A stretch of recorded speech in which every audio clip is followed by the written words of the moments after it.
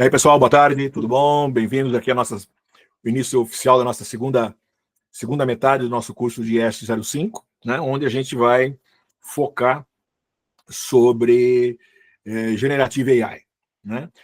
E antes da gente começar a falar um pouquinho, né, todo mundo está esperando, né, dos grandes modelos de linguagem, gerando texto, ou analisando imagens, etc., vamos conversar um pouquinho dos tipos de dados que a gente tem trabalhado, né?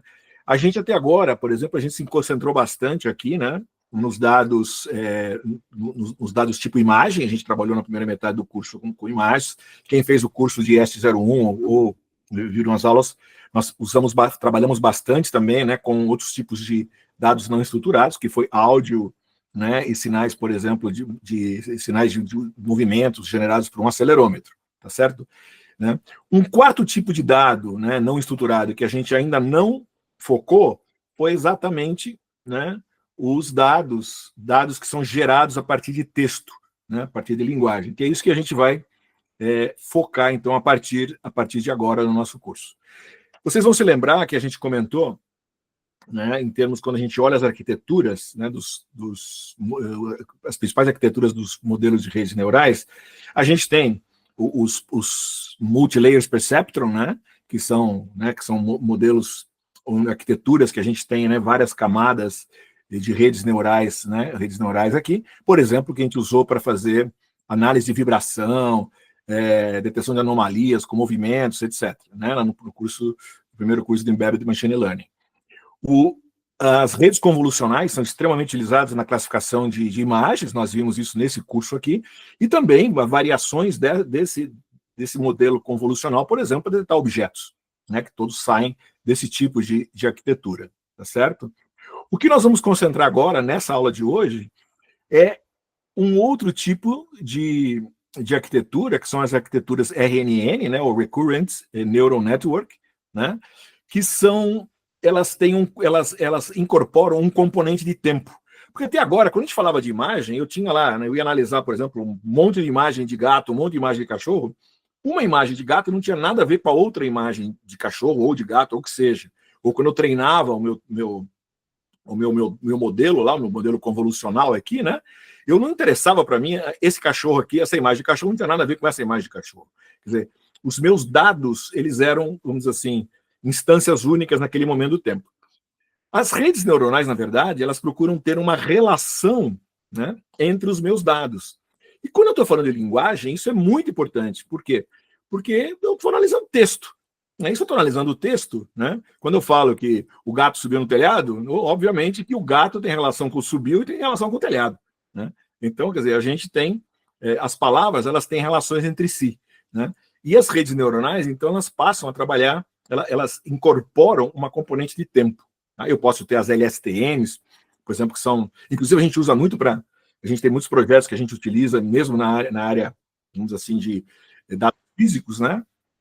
A gente trabalha com esse tipo de rede, né? Redes neurais LSTM, por exemplo, quando eu tenho, acho que eu comentei com vocês alguns projetos, por exemplo, onde a gente tem, sei lá, eu analiso, por exemplo, dados de ambiente, como umidade, pressão, temperatura, analiso isso ao longo do tempo e faço uma previsão futura de qual seria a temperatura daqui a uma semana, por exemplo, né, dado um histórico dos últimos anos. Né? E aqui nós vamos fazer a mesma analogia, mas trabalhando com palavras. Então, por isso, nós vamos trabalhar com redes, vamos brincar um pouquinho aqui com as redes neurais. E para isso, eu vou trabalhar com um projeto com vocês, né? Vou mais ou menos explicar um projeto onde a gente vai desenvolver um robô, né? Eu chamo ele de VerneBot, que é um robô que vai escrever como Júlio Verne. Eu poderia usar isso, na verdade, né, para qualquer outra coisa, mas eu quis desenvolver um robô que escreve como Júlio Verne. Tá? Para isso, a gente tem um notebook, que eu vou deixar para vocês, tá? Para vocês depois, quem quiser. Essa é uma aula, é mais que eu quero chamar a atenção de vocês, para vocês mais ou menos sentirem. É importante para mim aqui fazer um paralelo, uma maneira mais fácil de entender como que eu construiria um gerador de textos, né, baseado em RNN, para a gente entender como funciona um grande modelo de linguagem. Tá? Então, na verdade, é uma função mais didática. Mas vamos dizer assim, é divertido a gente fazer isso, e vocês vão ter disponível, vocês podem fazer, tanto reproduzir isso aqui ou fazer com outros. Eu até tenho um outro projeto que eu posso deixar para vocês também, que é o Machado Bot, onde eu fiz, na verdade, eu baixei livros, eu trabalhei com livros do Machado de Assis, desenvolvi um robô que escreve como o Machado de Assis escrevia no século XIX, com português do século XIX, inclusive. Legal. Então, vocês têm aqui, tá? Vocês têm aqui está disponível o notebook que a gente vai trabalhar aqui, só para vocês terem uma ideia, tá? Então aqui está o notebook, tá certo? O Julius Verne Bot aqui, tá certo?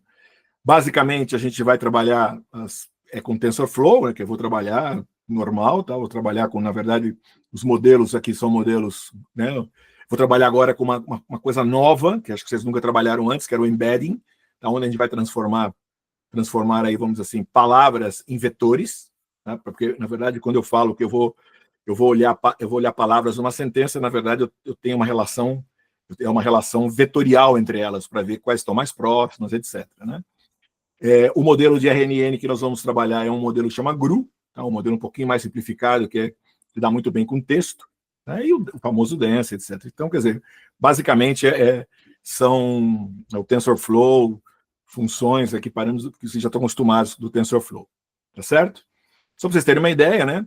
O que nós vamos fazer vai ser, eu vou baixar vários livros aqui, e a partir daqui nós vamos começar a trabalhar com isso aqui. Os livros estão aqui, quer dizer, se eu pegar um pedacinho deles, né? Eles estão, você vai ver que está, por exemplo, aqui, ó, no ano de 2889, papapá, isso aqui é um livro do Júlio Verne, né? Então ele começa a escrever sobre o livro, papapá, papapá, papapá, e assim, essa é a ideia. Antes de entrar lá, vamos entrar um pouquinho mais no que a gente vai ver de verdade, tá? Muito bem. Como todo bom projeto de machine learning, já estão acostumados, a gente começa com dataset, né? A primeira coisa. Nesse caso específico, o dataset que nós vamos utilizar nesse projeto são livros, né, do Júlio Verne. Né? Todo mundo sabe, Júlio Verne, escritor francês do século retrasado, né, um dos escritores de ficção científica mais importantes do mundo, né, até hoje. Né? Quando eu era garoto, quando eu era jovem, eu li acho que a maioria dos livros deles. Né? Eu me lembro muito bem do 20 Mil Léguas Submarinas. Quem não conhece, lembra do Capitão Nemo, o Submarino Nautilus, né? Na minha época também de garoto, tinha um filme do Walt Disney, que foi baseado no livro do Júlio Verne. O livro é muito melhor que o livro. O livro original é muito mais legal do que o filme, né? Mas muita gente já conhece isso daí, né? Da Terra à Lua, também, outro bem legal, né? O cara entrava dentro de uma bala de canhão, e um canhão super potente, e mandava a bala para a Lua, né?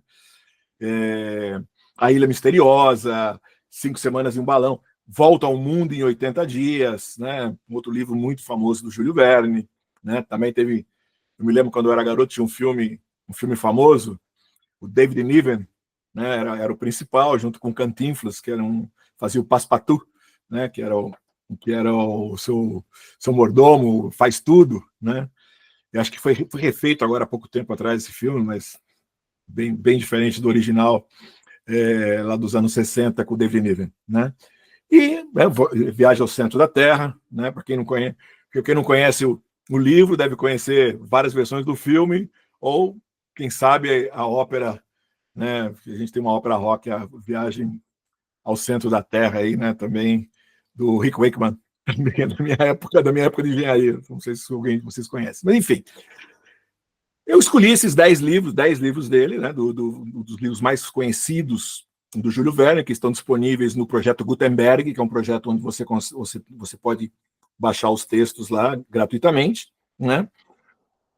Quando eu juntei todos esses livros juntos, a primeira coisa que eu observei é que eu poderia ver quantas palavras diferentes eu tinha, mas eu vou fazer o projeto aqui não com palavras, eu vou fazer com caracteres.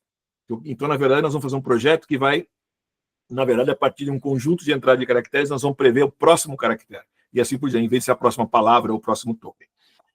Então, por exemplo, esses 10 livros, tá certo? Eles têm 5,7 milhões de caracteres. Tá certo? Quer dizer, é caractere para caramba. Mas com uma grande vantagem. Né?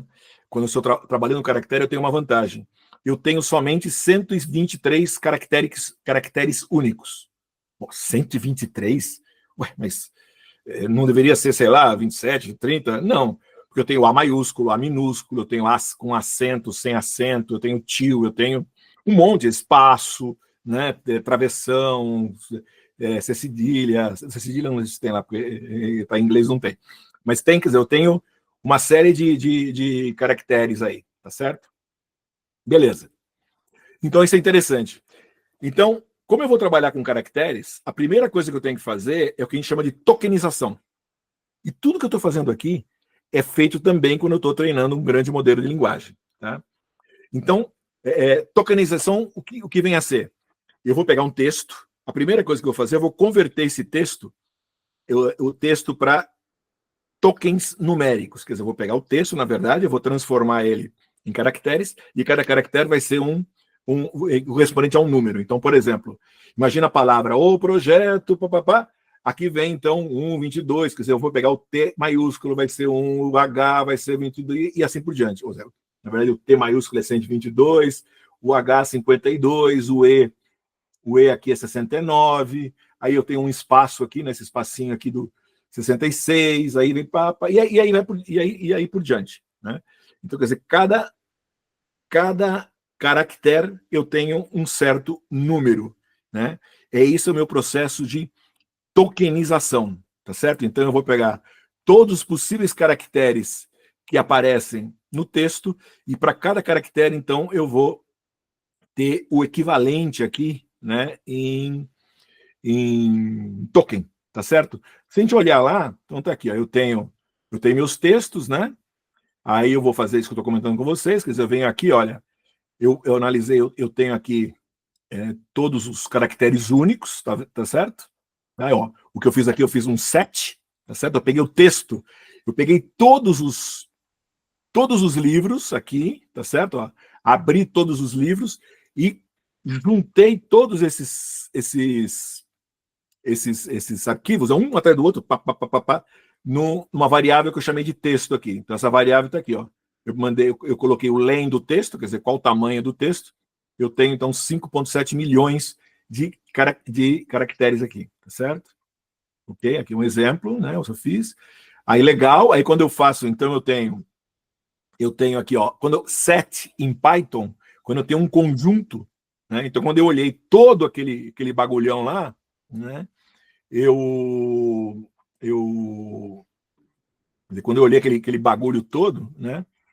De todos os meus 5 milhões de caracteres, o que aconteceu lá é que eu vi que todos eles quando eu olhei os caracteres, então quando eu olhei o conjunto todo de caracteres, né, em Python, quando eu uso set, né, set aqui, ó, em Python, o set, quando eu pego todo aquele conjuntão de todos os caracteres, o set, ele vai me dar, então, todos os caracteres, vai me dizer os caracteres únicos que eu tenho, tá certo? Vamos dizer assim, os componentes únicos daquele conjunto, na verdade. Então, eu tenho um conjunto de 5 milhões de caracteres, 5,7 milhões de caracteres, ele vê que o set de todo o texto tem apenas 123, né? Se eu olhar aqui, ele vai me dar, então, eu chamei de vocab, né? Eu dei um sorted aqui, né?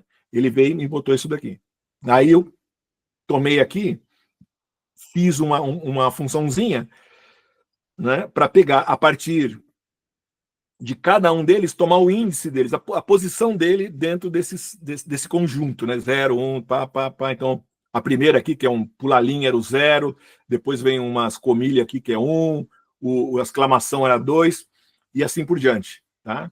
Com isso, ó, super simples. Aí eu criei, então, o quê?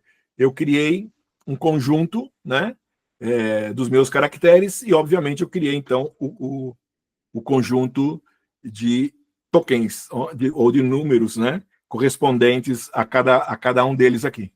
Tá vendo que legal? Tá?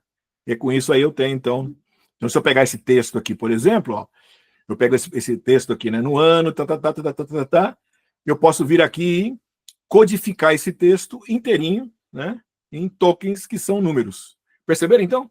Tá? Então eu tenho o conjunto, né? Eu tenho todo o meu conjunto, o texto, de 5,7 milhões de caracteres. Esses 5,7 milhões de caracteres, quando eu uso o 7, ele vai me dar 123 caracteres únicos, tá certo? Então, esse conjunto eu chamei de vocábulo 123, né? E é 123 mesmo, né? Só para não falar besteira do número aqui. 123. E aí, eu transformei em número, na verdade, pegando como número o índice, quer dizer, ou seja, eu coloquei ele em ordem alfabética, e aí o que eu fiz foi peguei o índice, né? Quando eu tenho lembra, um conjunto qualquer, eu tenho o 0 é o primeiro, o 1 é o segundo e assim por diante, né? Então eu peguei a cada um desses caracteres e dei um número. Só isso que eu fiz. Então, com isso, eu consegui, dado o conjunto de caracteres, ter então os meus tokens, que são esses números aqui. Muito bem. Então, isso é a tokenização, tá bom? Legal. Então, agora, uma vez que eu fiz a tokenização, né, quer dizer, eu transformei todo o meu texto, né, agora em tokens, que são os números, né, eu tenho que, vamos dizer assim, criar o meu dataset, propriamente dito. Tá? Como é que vai ser o dataset, quer dizer, o conjunto de dados para me treinar, quer dizer, a minha entrada e a minha saída, certo? Lembra? Todo projeto de machine learning, né, supervisionado, eu dado uma entrada, eu entrava com gato, uma foto do gato, a saída era gato. Né? Aí eu treinava, entrava um monte de gato, né? Dava foto, gato, dava foto, gato, dava foto, gato, e o modelo ia aprendendo que aquilo era um gato, ou cachorro, aquilo é um cachorro, e assim por diante. Né? O que eu vou fazer aqui é o seguinte: eu vou ver mais ou menos 120 caracteres, ou seja, mais ou menos um parágrafo, tá certo? E esse parágrafo vai ser a minha entrada. Tá? E aí, o que eu vou fazer é, dado um parágrafo, tá? Imagina que o parágrafo pequenininha era hello, olá, meu nome é meu nome. Então, hello, my name. Esse é o meu parágrafo, a minha entrada.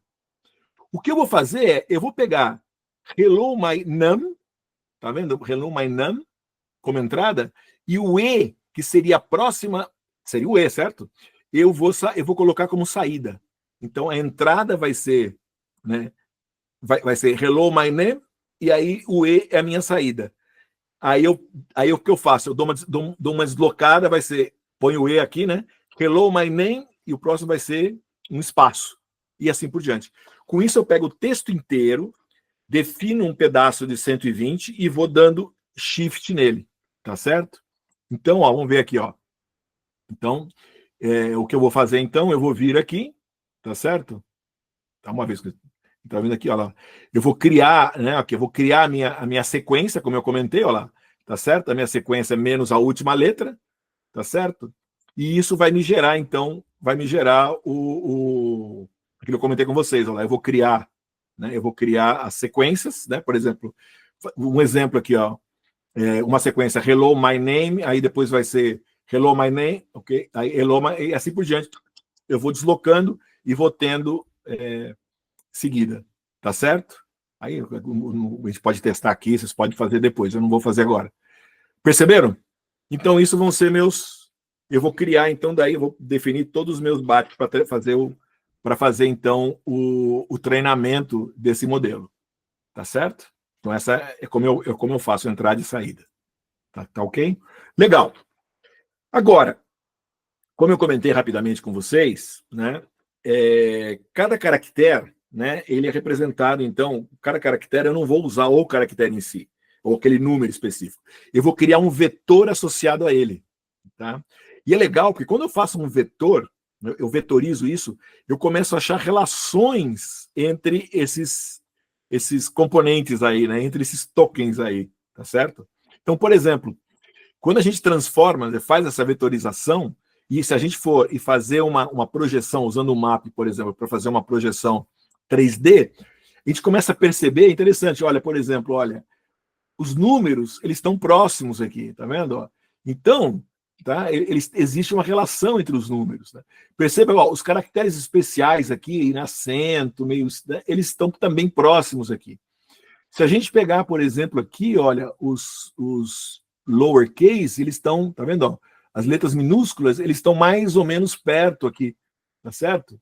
Tá? As maiúsculas estão mais ou menos no miolo aqui. Ou seja, a gente começa a perceber que quando eu transformo cada caractere, né, cada desses 123 caracteres, que vai ser os meus tokens, os meus tokens principais, né? Eu transformo em vetores, eu consigo achar relações entre eles. E isso vai me auxiliar quando a gente for fazer o treinamento, tá certo?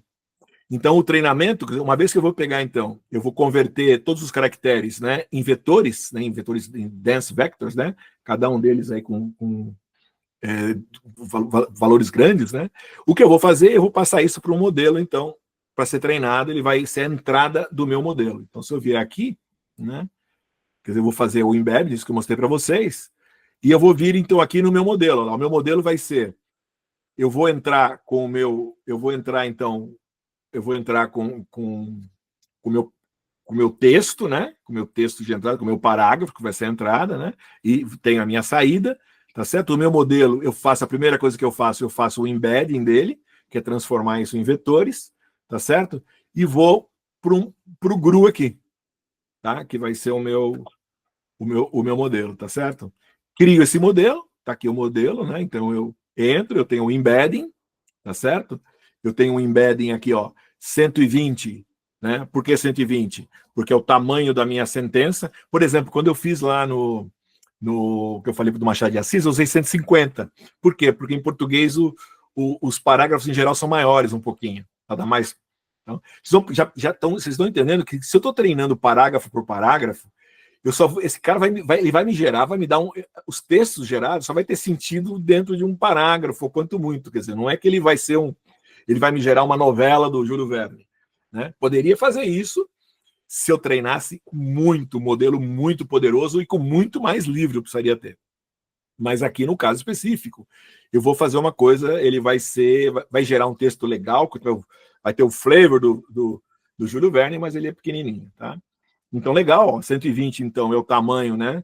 É o tamanho dessa entrada, vamos dizer assim.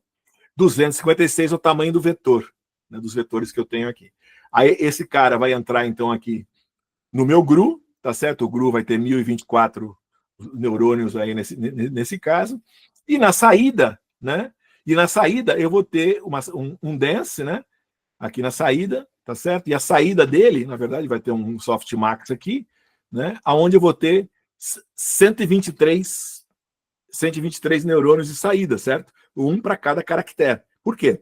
Dada essa entrada de 120 caracteres aqui na entrada, né, que é o tamanho aqui, a saída minha vai ser um caractere, que pode ser qualquer um dos 123 possíveis. Perceberam como é que é a ideia, né? Então, essa que é a ideia, né? Eu vou gerar, então, vou gerar esse cara aí, tá certo? Esse é o jeitão do GRU, não, de um RNN, né? Como eu comentei, o que é importante é que o importante dele é que ele tem o que a gente chama de memória, quer dizer, na verdade, ele tem uma relação, né, entre os dados, tá certo? Aqui está o modelo, quer dizer, eu entrei com o meu dado aqui, eu tenho meu embedding, tá certo? 123 aqui, tá certo? São 123 caracteres, né, diferentes. Cada caractere ele vai ser codificado com 256, que é o vetor, né? Aí eu tenho o meu GRU aqui, ativação uma tangente hiperbólica, tá certo?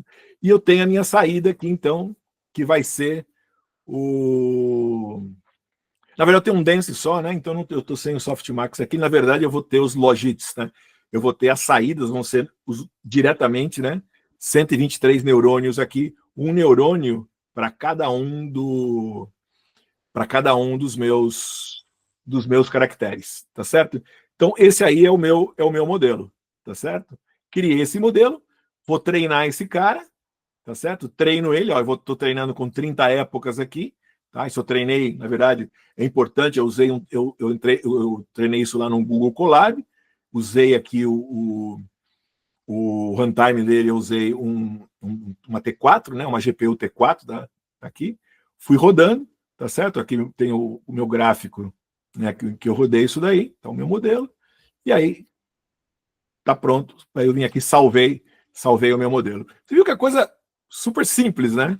Então eu usei a categoria com sparse cross entropy, né, para ver o erro, para mim calcular o erro para fazer o treinamento, né? O otimizador eu usei o Adam, né? 30 épocas, 128 de byte, um buffer size de 10.000 caracteres, que é para fazer o shuffle do dataset, tá certo? Fui monitorando as perdas e usando um Tesla T4 com 15 gigabytes de RAM na GPU, tá? Que é o que me dá esse cara aqui, tá certo? Fiz isso aí, rodei o modelo. Olha que legal. Aí eu fiz aqui só um programinha para mim poder, dado uma entrada, aí o que acontece? Quando você dá uma entrada qualquer, que a gente chama de seed, né, uma semente, né, o que eu faço aqui é ele começa a calcular, então, os caracteres. Então eu botei, ó, escrevi aqui, The Flying Submarine. A partir daí ele começa a escrever. E olha que interessante, ele interpretou, como eu coloquei em letra maiúscula, ele interpretou que isso era o título do livro, vamos dizer assim. Aí ele começa, olha só, capítulo 100, esse livro é para o uso, por quê? Porque lá, se a gente pegar aqui, né, lá no início, interessante, se eu pegar o exemplo, né, no caso específico, todos esses livros que eu peguei aqui, eles começam aqui, ó, eles começam esse livro, projeto Gutenberg, para ser uso em qualquer Estados Unidos, não sei o que, não sei o que, não sei o que. Quer dizer, todos eles têm uma espécie de um cabeçalho. Então, quando eu gerei, né, coloquei o Flying Submarine aqui, ele começa, esse e-book é para uso de qualquer um, anywhere, tá vendo? Ele entendeu, mas ele começa, e olha só, nos Estados Unidos e qualquer outra parte da Terra, e miseráveis erupções, misturou com o vulcão aqui. Os raios solares devem ser inteiramente sob o choque da intensidade do oceano e não sei o que, não sei o que, não sei o que. Olha que interessante, né? I can never see then a good geographer, said Mary. Well, then, John, for I get to the pampas that we often obey. Vocês estão percebendo que não tem muita nexo, parece um cara maluco falando, mas tem um jeitão, fala de submarino, fala de si, fala de erupção, pampas, porque o Júlio Verne escrevia muito sobre a Argentina, né? Então é interessante que tem um dos livros lá específico sobre a Argentina. Então é muito interessante. Então o que eu estou mostrando para vocês aqui, né, é que usando um simples modelinho RNN, com uma camada de RNN, tomando aqui os textos, como eu falei, de 10 livros, eu consegui fazer com que ele comece a gerar textos aqui, um texto como se fosse Júlio Verne. Ele aprendeu que quando fala tá entre tá vendo, ó, entre comilhas aqui, né? Esqueci como falei em português. Entre aspas, né? Então entre aspas significa que é um diálogo, né? Então depois quem está falando, tá vendo? Ó, tá vendo que interessante? Ele aprendeu mais ou menos como funciona. Olha, o capítulo começa com esse é o título do capítulo, esse é o título do livro, mais ou menos que tá quebrando, ele vai quebrando em parágrafos. Viram que interessante? Quer dizer, é muito, muito, muito interessante, né? E ele aprendeu sozinho. Perceberam que legal? Tá? Então, isso é só para vocês terem uma ideia, né? Como que eu consigo gerar de uma maneira relativamente simples. Não é tão simples assim. Eu levei meia hora, com 10 livros, eu levei meia hora, né, para fazer esse cara, usando GPU, né, para treinar, para ele escrever um texto que não faz o mínimo sentido. Mas ele aprendeu. Né? Obviamente, com mais texto, né, ou talvez trabalhar com palavras, ele seria melhor. Né? Bom, pessoal, obviamente, o que a gente percebe? Ele não é legal. Por quê? Primeiro, minha janela de contexto, olha, esse termo é muito importante, a minha janela de contexto, quer dizer, a entrada do meu sistema, a entrada do meu modelo, é de apenas 120 caracteres, tá certo? 120 caracteres, que era o tamanho do parágrafo que eu escolhi, tá certo? Né? Os modelos de linguagem grandes, um ChatGPT da vida, tem milhares de tokens que você pode entrar na janela. Você entra com um livro inteiro, como entrada, né? Ele consegue entender. Aqui são só 120 caracteres. Se eu pôr qualquer coisa mais que isso, ele não aceita. Então, a janela de contexto é muito pequenininha. Com isso, é óbvio que ele tem uma dificuldade para manter coerência no texto. Apesar de escrever bonitinho, né, ele não tem coerência entre uma frase e outra. Mas ele escreve, ele junta tudo, mas não tem coerência entre uma frase e outra. Né? Então, é óbvio que, também como nós trabalhamos a nível de caractere, não é tão bom como se eu trabalhasse a nível de palavras. Né? É mais complexo, muito mais complicado, porque aqui eu tinha só 123 caracteres para trabalhar, certo? Quando eu trabalho com palavras, eu tenho quantas palavras diferentes eu tenho, se fosse nesse caso em inglês, né? Eu estou escrevendo textos em inglês. Eu tenho milhares de palavras diferentes dentro do idioma inglês. E imagina se fosse um modelo multilíngua, né? A quantidade de palavras que você tem. Aqui eu restringi a 123 caracteres como saída. Então, óbvio que eu tenho outra limitação aí. Tá certo? Então, em suma, pessoal, só para a gente ter uma ideia agora do que a gente falou até agora e para onde a gente vai. Isso aqui é só uma aula, bridge, né? Ponte, né? Para a gente sair do mundo, vamos dizer assim, dos modelos mais simples para os grandes modelos complexos de linguagem. Né? Então, olha só, o nosso modelo, né, o Verne Bot, ele foi treinado com 5,8 milhões de caracteres, né, ou bytes, cada caractere é um byte, 10 livros, tá certo? O modelo, ele tinha 4 milhões de parâmetros, tá? Parâmetro, lembra? Parâmetro aqui, ó. 4 milhões de parâmetros, certo? 4 milhões de parâmetros, que é o tamanho desse meu modelo, que basicamente está relacionado aqui com os neurônios daqui e da camada de saída, da camada intermediária e da de saída, certo? Ok? Eu tinha tokenização a nível de caractere, certo? 120. Opa, isso aqui está errado. 123, gente. Isso aqui é 123 aqui. Tá?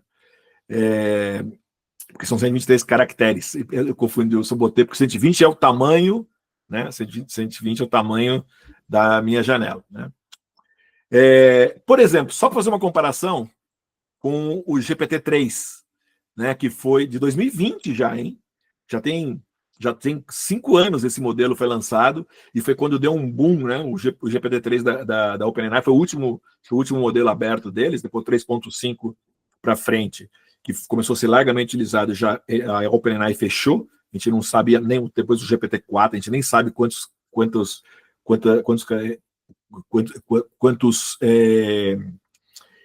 parâmetros ele tinha, nada, né? Mas, por exemplo, esse cara foi treinado com 45 trilhões de bytes em texto. A gente foi 5,8 milhões de caracteres, ou 5,8 million bytes, né? 5,8 megabytes. Esse cara foi 45 trilhões de bytes. Né? Porque foi texto pra caramba, quer dizer, 45 gigabytes de texto aqui que ele foi trabalhado. Né? Em termos de parâmetros, 175 bilhões de parâmetros. O nosso aqui, 4 milhões, esse aqui, 175 bilhões de parâmetros. Né? Ele trabalhou com tokenização, que ele chama de subword, era um pedaço de palavras, né? Ou 2048 tokens. E a arquitetura era o transformer, né? A arquitetura que foi utilizada aqui. Tá? É óbvio que esses modelos conseguem trabalhar muito melhor. Só para vocês terem uma ideia, um modelo pequeno que a gente pode rodar aqui, nós vamos rodar aqui no nosso curso, por exemplo, o modelo Phi da Microsoft, ele é um modelo pequenininho, ele é a gente chama de SLM, ele é da família dos Phis aqui, né? Ele tem vários tamanhos, mas, por exemplo, pegando esse cara, tá? Esse cara tem 3,8 bilhões de parâmetros, 3,8 bilhões de parâmetros, né? O GPT-3 tem 175 bilhões e o nosso 4 milhões. Então, só para você ter uma ideia. A janela de contexto, 128 mil tokens. A janela aqui. Ele foi treinado durante 7 dias em 512 GPUs H100, que era até há pouco tempo a GPU mais poderosa da NVIDIA. Tá? Acho que elas lançaram, se eu não me engano, tem uma mais uma mais poderosa que a H100 agora. Foi recém-lançada, não sei se já está começando a ser usada já ou não. Mas essa é muito poderosa. Durante 7 dias, tá? E foi treinada, então, com os dados de treinamento, foram 3,3 trilhões de tokens. Aí você me pergunta, Marcelo, o que quer dizer 3,3 trilhões de tokens? Gente, isso é equivalente a 23 milhões de livros. Eu entrei aqui nesse link da Google, a Google estima que 23 milhões de livros é equivalente a 17% de todos os livros únicos que você tem no mundo hoje. Se você pegar todos os livros impressos durante todos os tempos, todos os livros que existem, que estão organizados, que existem em todo o mundo, desde lá dos livros da Idade Média que existem, pegando cópias únicas, 23 milhões são 17%. Já imaginaram isso? 17% de todos os livros únicos gerados no mundo foram usados para treinar esse modelinho durante 7 dias, usando 512 GPUs dessa daqui. Deixa eu só uma referência com vocês, né? Um livro ele equivale a mais ou menos, em média, 150 mil tokens. Ok? Porque ele tem 350 páginas, tá certo? Vamos pegar a média dos livros, eu dei uma pesquisadinha, uma pergunta no ChatGPT, qual é o tamanho de um livro médio? 350. Quantas palavras tem por página? 300. Uma palavra equivale a 1,4 tokens. Tá? Eu tenho mais token que palavra, porque quando eu tenho, por exemplo, um verbo, né? O verbo dormir, eu tenho dorme, é um token. Indo, dormindo, dormir, dormirei, sei lá. Então você tem os verbos, né? Então você tem os tokens, eu tenho mais tokens que palavras, porque eu tenho pedaços. Com isso depois simplifica quando eu faço. Em suma, só para a gente dar uma fechada nisso, só para ter uma ideia, então, primeira coisa importante, arquitetura dos meus modelos de linguagem. O nosso bot do Júlio Verne, a arquitetura é uma arquitetura RNN, né? Uma arquitetura recorrente, usando mais especificamente o GRU. O GPT-3 ele usa o Transformer, e esse Phi3 mínimo que eu comentei com vocês também usou o Transformer, né? Em termos de parâmetros, o nosso Júlio Verne tem 4 milhões de parâmetros lá dentro do nosso GRU, né? O GPT-3 175 e o Phi3 3,8 bilhões. Em termos de treinamento, nós treinamos com 5,8 milhões de caracteres, ou 10 livros. O GPT-3 foi 45 terabytes de texto, tá? Não sei quanto isso equivale. E o Phi mínimo, o Phi3, 3,3 trilhões de tokens, ou equivalente a 21 milhões de livros lá, né? Versus os nossos 10 livros aqui.